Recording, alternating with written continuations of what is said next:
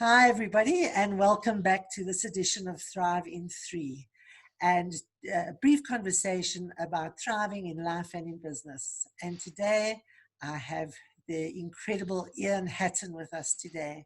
Hi, Ian. Hi, Lois. Great to be here. Wonderful to have you.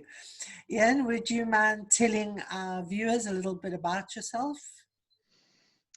So, one of the things that really drives me is that most people have this vast, untapped genius. And what I try and do is help people to unshackle so that they can transform their careers, their influence, and their relationships. Unshackle that genius. That's what I try and do. Fantastic. I think you need to unshackle mine for me. That's great. Thank you, Ian.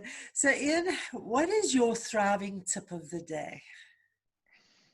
So my thriving tip of the day is a dual tip.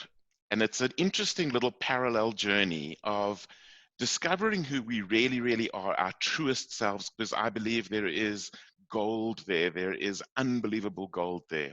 But the second part of it is accepting ourselves as we are, not waiting to change before we accept ourselves. And that's somehow that combination of exploring who we really are and accepting it, warts and all. You know, a lot of us have some quite debilitating weaknesses. I certainly do. And that's part of that self-acceptance, because when I accept it, then I'm no longer trying to constantly spend my time fixing that. And instead, I'm honing in on what I do have to offer, nurturing that and bringing that to my relationships, to my career, to my influence, to my legacy. That's very good advice. Now, how can we start that process? Can you give us a tip on how we can either start accepting ourselves or even knowing ourselves?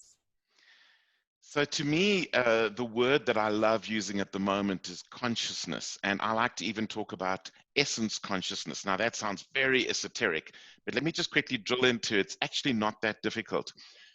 We are uniquely wired. Our brains are unique. All of us have a particular wiring, and none of us are the same when it comes to that unique wiring. And it's really a matter of connecting with who we really are. So a great way to do that is to think about when I'm doing something and I feel strong, I feel energized, I'm tapping into my essence.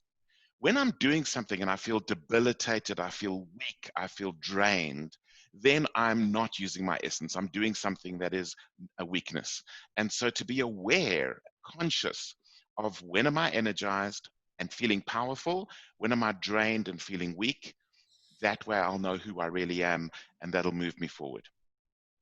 That's great. I'm always energized. That worries me. So are there no situations or scenarios or people that ever make you feel drained? That's great advice. If we just become aware of what is making us feel good, it's Yeah, certainly totally. to self-awareness. Absolutely.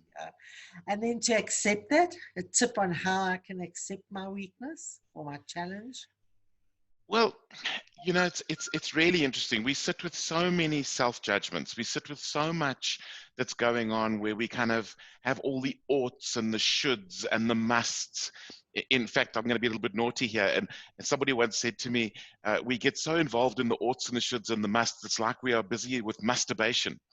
And but it's this thing of we are so pressured by the outside influences and forget that the real gems are inside of us. And so that orientation of saying, let me get away from that programmed outlook and let me start to look at what is the gold that's inside of me.